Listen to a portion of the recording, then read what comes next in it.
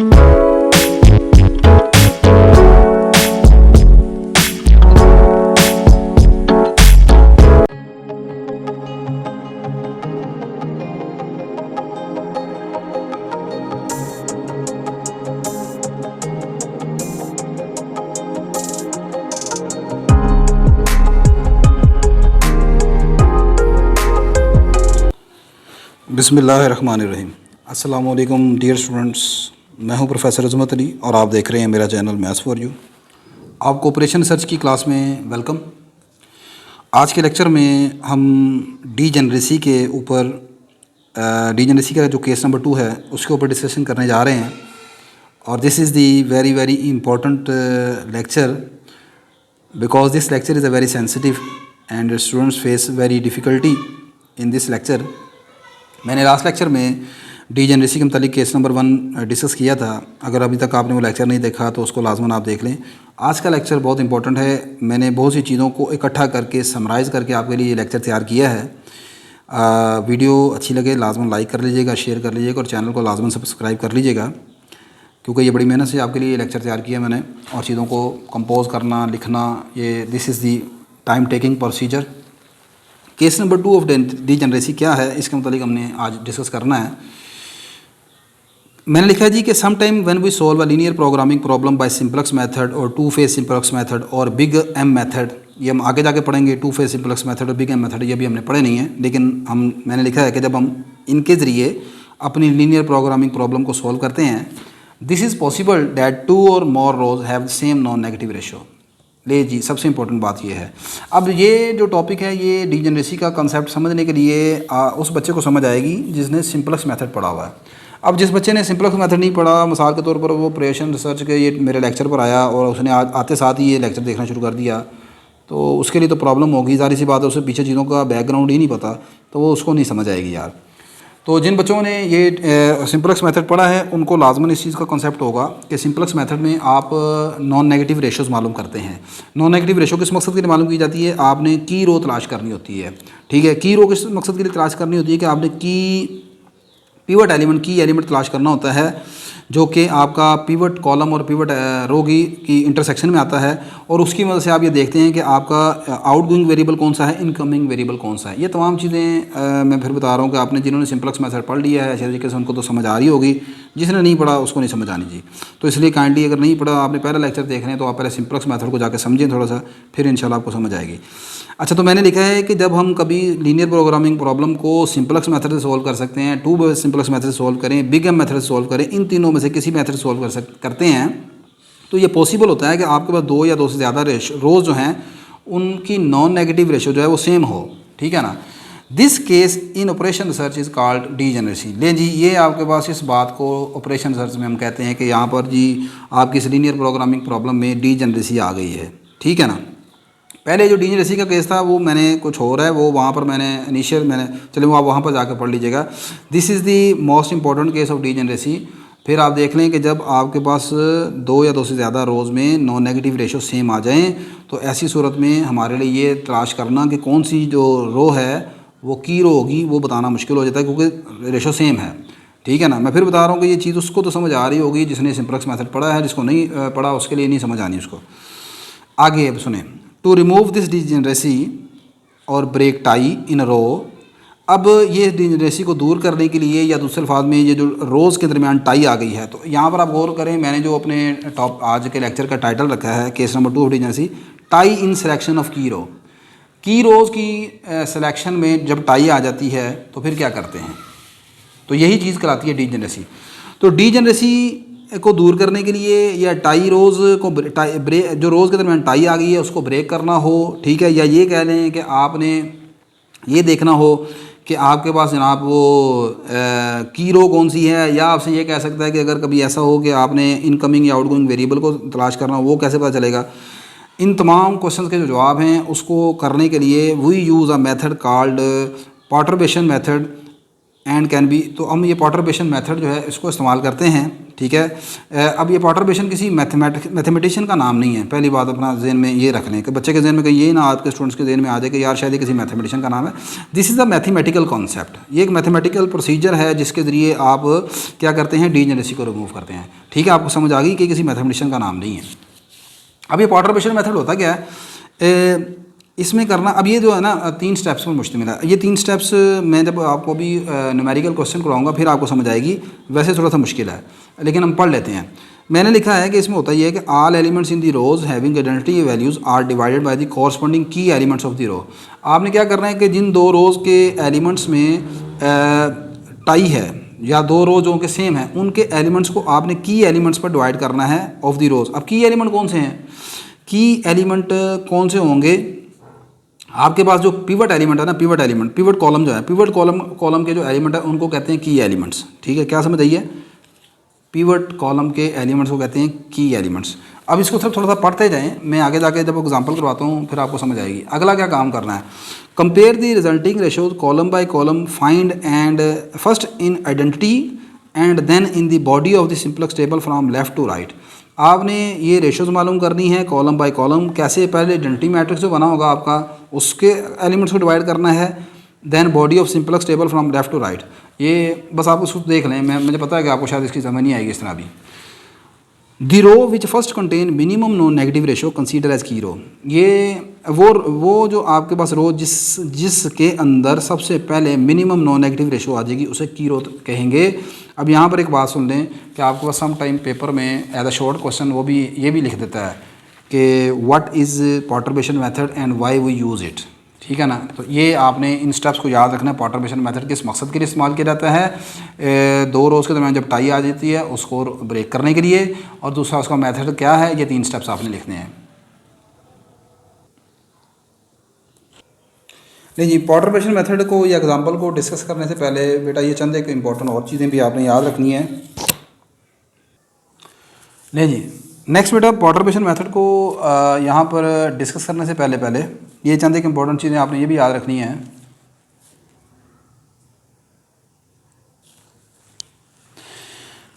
We will use perturbation method when tie lies in 2 और मोर decision variable. पहली बात तो ये याद रखें, अगर टाई आपकी उन वेरिएबल्स के दरमियान है जो कि डिसीजन वेरिएबल हैं तो फिर आपने परटर्बेशन मेथड इस्तेमाल करना है। मिसाल के तौर पर आपकी R1 जो रो है, अगर उसमें आपका जो वेरिएबल है x1 है जो कि आपका डिसीजन वेरिएबल है, R2 जो है वो दूसरी रो है उसमें x2 वेरिएबल है, और इन दोनों रोज़ के दरमियान टाई आ गई है तो फिर आप परटर्बेशन मेथड इस्तेमाल करेंगे। If any artificial variable is one of the tie variable, अगर फर्ज करो कि आपके पास एक वेरिएबल डिसीजन वेरिएबल है x1 और दूसरा आर्टिफिशियल वेरिएबल बीच में कहीं आ गया, उनके दरमियान कहीं टाई आ गई है, then it should be immediately selected to leave the basis without following the partition method and that is row that contain artificial variable will be considered as key row. इस सूरत में पार्टीशन मेथड इस्तेमाल नहीं किया जाएगा, ठीक है। अगर फर्ज मैं बताना ये चाह रहा हूँ कि आप एक रो है जिसमें आर्टिफिशियल वेरिएबल A1 बैठा हुआ है और दूसरी रो है उसमें डिसीजन वेरिएबल x1 है, ऐसी सूरत और इन दोनों के दरमियान आ गई है टाई, तो फिर ऐसी सूरत में आपने पार्टीशन मेथड इस्तेमाल नहीं करना। फिर होगा ये कि आप पार्टीशन मेथड बगैर इस्तेमाल किए जिस रो में आर्टिफिशियल वेरिएबल है आप उसको कंसीडर कर लें की रो, ठीक होगी बात, ठीक है नहीं। और अगर मिसाल के तौर पर दोनों रोज ऐसी हैं जिनमें आर्टिफिशियल वेरिएबल हैं A1 A2, ठीक है, वो उसमें फिर आपकी मर्जी, आप जिसको मर्जी चॉइस कर लें। एक आर्टिफिशियल वेरिएबल है, दूसरा सरप्लस वेरिएबल है, तब भी आप आर्टिफिशियल वेरिएबल को आप वहाँ से रिमूव करेंगे। एक्चुअली ये होता है कि आर्टिफिशियल वेरिएबल आप जानते हैं ये मसनूई वेरिएबल होता है, इसकी कोई भी फिजिकल इंपॉर्टेंस नहीं होती। तो आर्टिफिशियल वेरिएबल की कभी भी किसी के साथ भी वो आ जाए ना, टाई बन जाए, ठीक है, तो फिर आपने सबसे पहले आर्टिफिशियल वेरिएबल को रिमूव करना है। और वो रिमूव कब होगा कि आप उसको की रो के तौर पर सेट करें, ठीक है ना, क्योंकि जिस रो को आप की रो सेट करते हैं आप जानते हैं वहाँ से फिर उस वेरिएबल को हम रिमूव कर देते हैं। अगला चंद एक इंपॉर्टेंट चीज़ें जो आपके जहन में आएंगी वो ये हो सकती हैं। Question, what if we do not use perturbation method to break tie. अगर आप कहते हैं कि मैं परटर्बेशन मेथड इस्तेमाल ही नहीं करता टाई को टाई ब्रेक करने के लिए, तो फिर क्या होगा। We may use any row as a key row. हम परटर्बेशन मेथड को इस्तेमाल ना करें तो हम किसी भी रो को की रो बना सकते हैं, बट ऐसा होगा क्या इससे, but are wrong choice may increase the number of iterations to reach optimal solution. तो ऐसी सूरत में फिर आपका क्वेश्चन लेंथी हो जाएगा, आपकी नंबर ऑफ आइट्रेशन जो है भाई वो ज़्यादा इंक्रीज़ कर देंगे ऑप्टिमल सोल्यूशन तक पहुँचते। ठीक है, तो आप परटर्बेशन मेथड के बगैर इस्तेमाल तो क्वेश्चन कर तो सकते हैं, लेकिन फिर उसका रीज़न आप देख लें कि आपके पास आइट्रेशन खुद ब खुद ही बढ़ती जाएंगी। सही है कि नहीं। अगली चंद एक इंपॉर्टेंट चीज़ें ये जो स्टूडेंट अक्सर पूछ लेते हैं कि सर अगर कभी ऐसा हो कि टाई जो है वो आपके पास CJ minus CJ column wise आ जाए टाई। मिसाल के तौर पर ये देखें ना, ये मेरे पास एक सिंपलेक्स टेबल पड़ा हुआ है। इस सिंपलेक्स टेबल में आपके पास जो लास्ट कॉलम है CJ माइनस CJ रो, जिसे हम पिवट कॉलम निकालते हैं। फ़र्ज़ करें कि यहाँ पर भी मेरे पास -3/2 है और यहाँ पर भी -3/2 है, ये दोनों सेम हैं। फ़र्ज़ कर लें in our x2 this is also equal to -3/2। ठीक है, अब ये भी -3/2 है, ये भी -3/2 है, तो कॉलम वाइज कॉलम में टाई आ जाए तो ऐसी सूरत में फिर क्या करते हैं। ऐसी सूरत का जवाब ये है, अगर कॉलम में आ जाए, it is also possible that 2 और more column may have same CJ minus CJ value then to select key column following possibility rise. अब यहाँ पर चंद एक पॉसिबिलिटी ये हैं। If tie is in between decision and slack or surplus or artificial variable, अगर आपकी tie जो है वो डिसीजन वेरिएबल्स के दरमियान हो और दूसरा जो कॉलम है वो स्लैक का, सरप्लस का या आर्टिफिशियल वेरिएबल, इन तीनों में से कोई हो, then select decision variable as the key column. तो फिर आपने की कॉलम किसको बनाना है, आर्टिफिशियल वेरिएबल को, सॉरी डिसीजन वेरिएबल को। मिसाल के तौर पर देखें, यहाँ पर फ़र्ज़ कर लें कि मेरे पास ये जो 3/2 है ये x2 है, x2 कॉलम में है, और ये वाला -3/2 x1 कॉलम में है। सपोज कर लें ये x2 जो है मेरा आर्टिफिशियल वेरिएबल है। ठीक है, तो अब इन दोनों के दरमियान टाई है, तो मैं फिर इसको जो है पिवट कॉलम नहीं बनाऊंगा, मैं x1 को अपना की कॉलम बनाऊंगा। ठीक है ना, बात समझ आ गई कि नहीं आ गई भाई। आपके पास डिसीजन वेरिएबल के दरमियान और आर्टिफिशियल वेरिएबल या स्लैक वेरिएबल या सरप्लस वेरिएबल के दरमियान कभी भी टाई आ जाए तो आपने हमेशा डिसीजन वेरिएबल को प्रायोरिटी देनी है। अगली चीज़, और आगे मैंने लिखा है कि if tie is in between 2 और मोर डिसीजन वेरिएबल। अब फ़र्ज़ कर लें कि ऐसा होता है कि जो टाई आई है ना वो आपके पास उन दो कॉलम्स में आ गई है जिनमें दोनों ही डिसीजन वेरिएबल है। मिसाल के तौर पर अब आप ऐसा फ़र्ज़ कर लें कि x1 भी डिसीजन वेरिएबल है, x2 भी डिसीजन वेरिएबल है, और दोनों में ये टाई आ गई है, ये भी -3/2 दोनों सेम आ गए हैं। तो अब आपकी मर्ज़ी है, अब यहाँ पर आप जिसको मर्ज़ी की कॉलम बना लें, क्योंकि ये दोनों डिसीजन वेरिएबल हैं। और अगर फ़र्ज़ करो ये दोनों ही आर्टिफिशियल वेरिएबल हो गए, ये भी पहला आर्टिफिशियल, ये भी आर्टिफिशियल, फिर भी आपकी चॉइस है, जिसको मर्ज़ी आप सेलेक्ट कर लो। ठीक है कि नहीं। इसी तरह स्लैक और सरप्लस वेरिएबल में भी अगर टाई आ जाए आपस में, ठीक है ना, बस उसमें बस आपने देखना ये है कि जब आपके पास एक तरफ आर्टिफिशियल वेरिएबल स्लैक से सरप्लस वेरिएबल पर हो, दूसरी तरफ इनके कंपैरिजन में आ गया है डिसीजन वेरिएबल, तो डिसीजन वेरिएबल को हमेशा प्रायोरिटी देनी है आपने।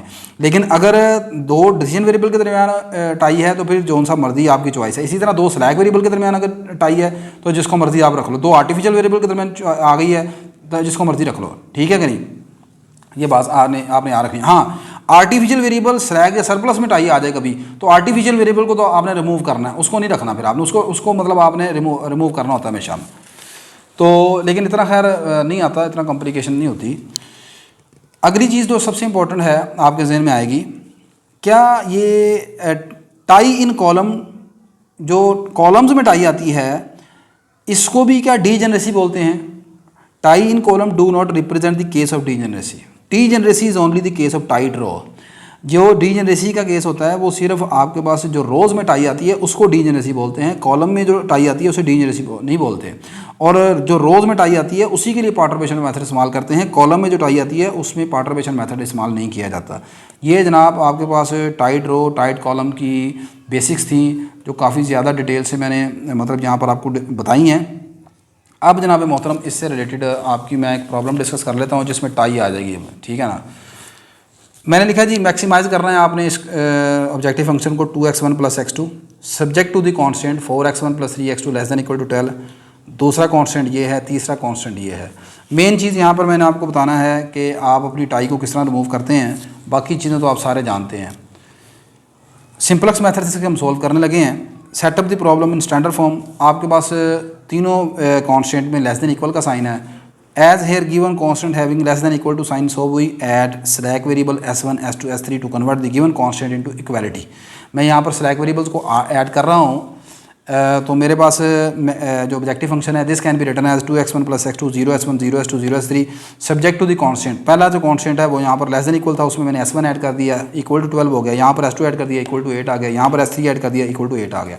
तो यहाँ पर in each constant when we will add s1 s2 s3 this will become to equality form like as this, ठीक है। और this is the 6 non negative constant हमारे पास आ गए। आगे हमने बनाना है यहाँ पर इनिशियल बेसिक फिजिबल सोल्यूशन मालूम करना है। अब वो इनिशियल बेसिक फिजिबल सोल्यूशन कैसे मालूम किया जाएगा? आपके पास आपके ऑब्जेक्टिव फंक्शन में 2 वेरिएबल हैं x1 और x2। इन वेरिएबल्स को हम जीरो पुट करते हैं। मैंने अब आप देखो जिन वेरिएबल को आप जीरो पुट करते हो, मैं पिछले लेक्चर में बता के आ चुका हूँ, फिर दोबारा बता रहा हूँ, जिन वेरिएबल्स को आप जीरो पुट करते हैं these are called the non basic variables, और इनकी मदद से जिनकी कीमत निकलती है these are that are called the basic variables, ठीक है। मतलब ऑब्जेक्टिव फंक्शन में x1 और x2 है, इनको जीरो पुट कर देते हैं दूसरे फाज में। नहीं, इनिशियल बेसिक फिजिबल सोल्यूशन में मैंने बताया जैसे कि आपने x1 x2 को जीरो पुट किया, तीसरा कॉल दी नॉन बेसिक वेरिएबल। ये नहीं समझ आती नॉन बेसिक वेरिएबल कौन सा है, ना लिखें, लेकिन अच्छी चीज़ें हैं, कम से कम आपको ये पता होना चाहिए बेसिक नॉन बेसिक वेरिएबल कौन से हैं। यहाँ से आके स्टूडेंट मार खाता है पेपर में जब इस तरह के कभी टर्म इस्तेमाल करता है कि बताएं जी आप इसका ऑप्टिमल सोल्यूशन मालूम करें and also find which variables are the basic variable and which are the non basic variables. बस बच्चे को ये पता है कि यार ऑप्टिमल सोल्यूशन आ गया, ये आंसर आ गया, लेकिन उसको ये नहीं पता होता कि नॉन बेसिक वेरिएबल कौन से निकले हैं, बेसिक वेरिएबल कौन से हैं, तो इनका भी ख्याल रखा करें। अच्छा जी, x1 x2 को जीरो पुट किया आप अपने ऑब्जेक्टिव फंक्शन में, वहाँ पर s1 की वैल्यू 12 आ गई, कॉन्स्टेंट में पुट किया, s1 की वैल्यू 12 आ गई, s2 की वैल्यू 8 आ गई, s3 की वैल्यू 8 आ गई, z की वैल्यू 0 आ गई। नहीं समझे आपने अपने यहाँ पर x1 और x2 को जीरो पुट करोगे, s1 की वैल्यू 12, यहाँ पर x1 और x2 को जीरो पुट करेंगे, s2 की कीमत 8, यहाँ पर आप x1 और x2 को जीरो पुट करेंगे, s3 की कीमत 8 आ गई, यहाँ पर x1 और x2 को जीरो पुट करेंगे, सारा का सारा जीरो देगा, z की इनिशियल बेसिक जो फिजिबल सोल्यूशन में वैल्यू आएगी z की मिनिमम स्टार्टिंग वैल्यू 0 आ जाएगी आपके पास। नेक्स्ट भी मैं एक बेसिक सिंपलेक्स टेबल, मैंने बेसिक सिंपलेक्स टेबल बना लिया। अब मैं ये आई होप कि आपको ये टेबल बनाने आता है यार।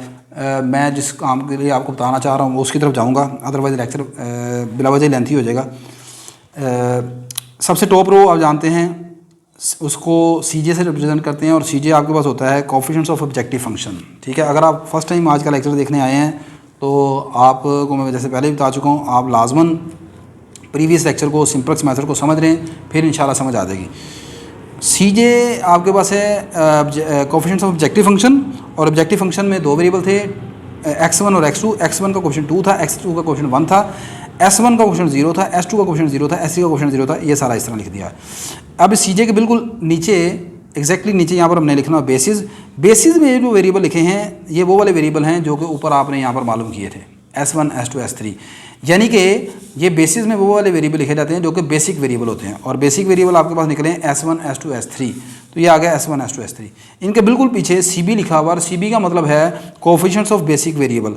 तो बेसिक वेरिएबल का कोफिशिएंट यहाँ पर s1 का कोफिशिएंट 0 है, 0 आ गया, यहाँ पर 0 है, यहाँ 0 आ गया, यहाँ पर 0 है, यहाँ पर 0 आ गया। ठीक होगी बात ये। अच्छा, अब इसके अंदर ये जो 3 रोज़ हैं s1 s2 s3, इन 3 रोज़ में यानी ये जो सेल हैं 1 2 3 4 5 6 7 8 9 10 11 12 13 14 15, ये जो 15 है कॉल आपके बने हैं। ये कैसे बने हैं? This is called the body matrix of the simplex table, ठीक है ना। ये कैसे बने हैं ये आप जानते हैं। ये जो हमारे कॉन्स्टेंट होते हैं, ये जो पीछे कॉन्स्टेंट थे उनको देख के बनाए जाते हैं। यानी यहाँ पर देखो x1 का कोफिशिएंट 4 है, यहाँ पर x1 का कोफिशिएंट 4 है, यहाँ पर x1 का कोफिशिएंट 4 है, तो मैं x1 के बिल्कुल नीचे 4 4 4 लिखूंगा। इधर x2 का कोफिशिएंट 3 है, यहाँ पर 1 है, यहाँ पर -1 है, ये लिखूंगा। या फिर आप समझ रहे हैं कि मैंने इस तरह ये आप जो अपने गोज एलिमिनेशन या गोज जॉर्डन मेथड में आप मैट्रिक्स नहीं बनाते थे, matrix A coefficient matrix of variable capital X लिख देते थे इक्वल टू B, आप इस तरह बनाकर, ठीक है, तो आप देख लें कि ये आपका जो मैट्रिक्स है ये 3 रोज़ हैं, 5 कॉलम है, 15 इसमें एलिमेंट लिखे हैं। यही 15 के 15 मैं नीचे लिखने लगा हूँ। अगर आपको वैसे नहीं समझ आती तो उसको ऐसे अलग बना कर रख लिया करें। ये 15 के 15 मैंने यहाँ पर फिट कर दिए, x1 x2 s1 s2 s3 में, ये यहाँ पर आ गए सारे। ये अगला काम आप जानते हैं, B आ गया। B है आपका जो कॉन्स्टेंट साइड है 12 8 8, मतलब ये आपके पास ये वाली साइड है 12 8 8, ठीक है, ये लिख दिया मैंने। अब अगला काम आपने ये करना होता है, सबसे पहले हम निकालते हैं नीचे ZJ कैसे निकलता है।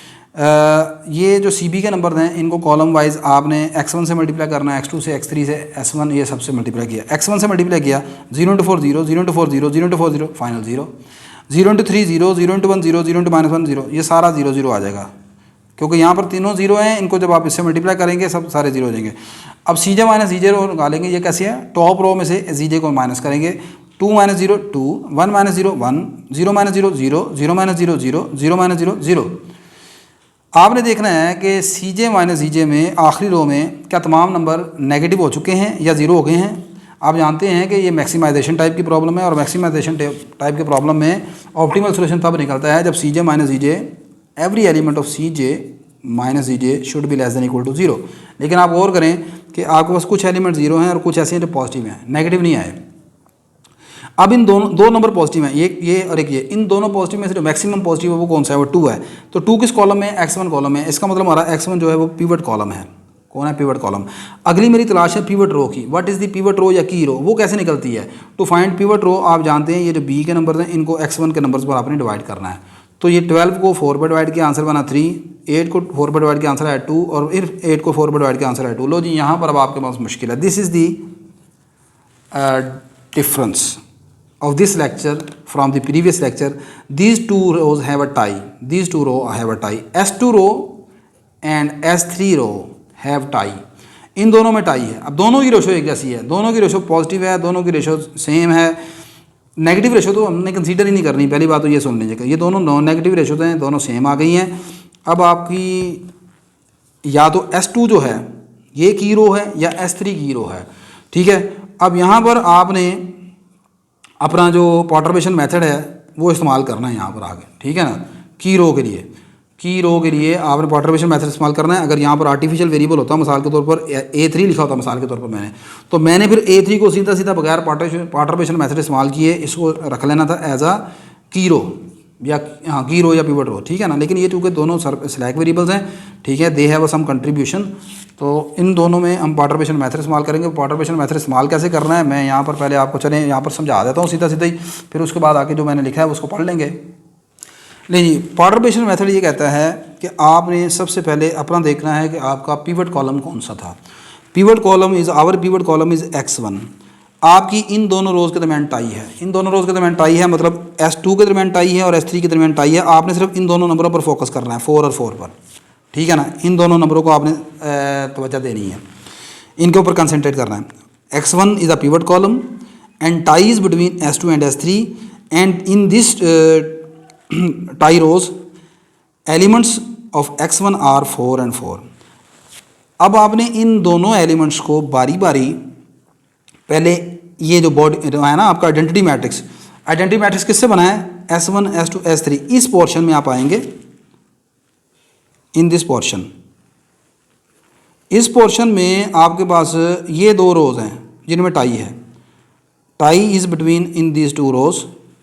फर्स्टली डिवाइड, आप S1 के इस नंबर को 0 को डिवाइड करें 4 पर, 0/4। इसी तरह इस 0 को डिवाइड करें 4 पर, नीचे वाले 4 पर। ये भी आंसर 0, ये भी आंसर 0। आपका इसका मतलब S1 जो पहला कॉलम है ये आपको की रो नहीं बता सका, ये फेल हो गया यहाँ से, दोनों को सेम आ गया। आगे चलें, now move to S2। In S2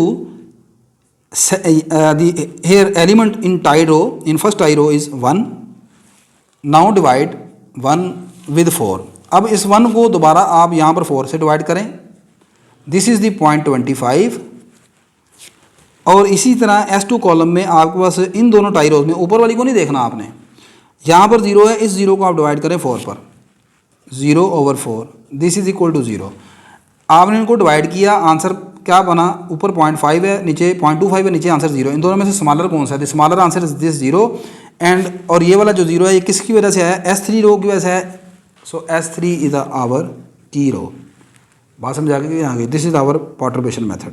मैं दोबारा रिपीट करता हूँ, आप गौर करें कि आपके पास x1 कॉलम इज आवर की column and S2 and S3 these two rows are tie rows. Elements in the tie rows and pivot column are 4 and 4. Firstly we will divide elements of these two rows which have tie in the identity matrix. Divide this 0 with first element 4, this will be equal to 0, and again divide this 0 with 4, this again equal to 0, because both time the ratio is 0. This column, elements of this column are failed to predict the key row. Next we will move to S2 column. In S2 column the first element is 1. When we divide 1 with 4, this will become 0.25, and when we divide 0 with 4, this is 0. Now the minimum least positive non-negative ratio among these two is 0. So 0, this ratio is due to lies in S3 row. So S3 is our key row. This is the perturbation method. बस यही है, बाकी आपके पास जो काम है वो सारे का वैसे ही है. अगर बेटा इन केस S2 के नंबर्स को डिवाइड करके भी रेशो आपकी सेम रहे तो फिर आपने S3 के नंबरों को इस कॉलम पर डिवाइड करना है. और इन केस अगर S3 पर भी रेशो सेम रहती है तो फिर आप X2 जो नॉन डिसीजन वेरिएबल आपका है X2, उसको डिवाइड करेंगे उसके ऊपर. ले जी, बाकी काम वैसे के वैसे ही है. ये यहाँ पर मुझे की रो मिल गई है, ये की रो आ गई. यहाँ पर ये मेरा की एलिमेंट बन गया, 4 आ गया. अब अगले टेबल में मैं वही काम करूँगा कि इसको मैं 1 बनाऊँगा. 1 बनाने के बाद इसके ऊपर तमाम को 0 करूँगा. और दूसरी बात एक ये भी याद रखिएगा, क्या टाई रो पूरे क्वेश्चन में सिर्फ एक मरतबा रिपीट होगी? नहीं, टाई जो रोज़ के दरमियान टाई है वो आपके पास बार बार भी आ सकती है, ठीक है ना. लेकिन जब भी आएगी इसी तरह आपने देखना है कि अगर वो डिसीजन वेरिएबल के दरमियान या सरप्लस वेरिएबल या स्लैक वेरिएबल के दरमियान है तो फिर तो परटर्बेशन मेथड इस्तेमाल करेंगे, लेकिन आर्टिफिशियल वेरिएबल के लिए इस्तेमाल नहीं किया जाएगा. ये वही सारी पुरानी चीज़ जो पीछे मैं आपको बता चुका हूँ, मैं यहाँ पर एक मरतबा लिख दी है, ठीक है. कि समटाइम ऐसे भी होते हैं कि कोई ऐसे बच्चे देख रहे होते हैं जिनको उर्दू लैंग्वेज नहीं समझ आती, तो चलिए उनके लिए भी थोड़ा सा हेल्पफुल हो जाएगी चीज़ ये. Next, in step number 4, we perform optimality test. Since Cj minus Ej is a positive under x1 column with largest magnitude value, so last initial basic feasible solution is not an optimal solution. So we move towards optimal solution, and x1 is a key column. Further, here we can notice that S2 and S3 are tied rows, as we have explained earlier. So to select key row or to break tie, we use perturbation method, and this perturbation method is due to the mathematician A. Charles. The first column in the identity matrix found by the slack variable has elements 0 and 0 in tied row. Dividing them by the corresponding element of key column, the resulting ratio are 0 and 0. Hence, the first column of identity fails to identify the key row. The second column in the identity matrix found by slack variable has element 1 and 0 in the tied row. Dividing them by the corresponding element of key column, the resulting ratios are 1 by 4 and 0 by 4, which is equal to 0. As S3 row yields the smaller ratio, it is marked as key row and 4 is the key element. Next we make second simplex table to get the optimal solution. ठीक है जी. अगला काम वही का वही है. ये आपके सामने मैं बस चीज़ों यहाँ पर इसको मैं वीडियो आपके साथ ये PDF आपके साथ मैं स्क्रॉल कर देता हूँ. तो क्वेश्चन ताकि आप अगर पूरा करना चाहें तो कर सकते हैं. मेन मेरा मेथड था, मकसद था आपको परटर्बेशन मेथड के मतलब समझाना. वो आपको समझ आ गई होगी. ज़रा अफ्तारी का टाइम भी शुरू हो गया जी. आजकल आप जानते हैं रमज़ान चल रहा है, तो इसलिए मैं यहाँ पर लेक्चर को छोड़ रहा हूँ. ये तमाम चीज़ें आपके सामने हैं, इसको आप कर लीजिएगा. ये सामने सारा मैंने टेबल 2 टेबल 3 बना दिया है. ये मेरा लास्ट टेबल, 4 टेबल इसमें बने हैं. ये ऑप्टिमल सोल्यूशन लास्ट में आया है. Z की वैल्यू 5 आ गई है. ये आपके पास वेरिएबल्स आ गए हैं, ठीक है. मतलब ये हमारा ऑप्टिमल सोल्यूशन है जी. सही है. बाकी काम आई होप आप कर सकते हैं. वीडियो अच्छी लगी लाजमन लाइक कर लीजिएगा, शेयर कर लीजिएगा, चैनल को सब्सक्राइब कर लीजिएगा. मुझे कमेंट्स करके लाजमन बताइएगा कि वीडियो कैसी रही. अल्लाह हाफिज़.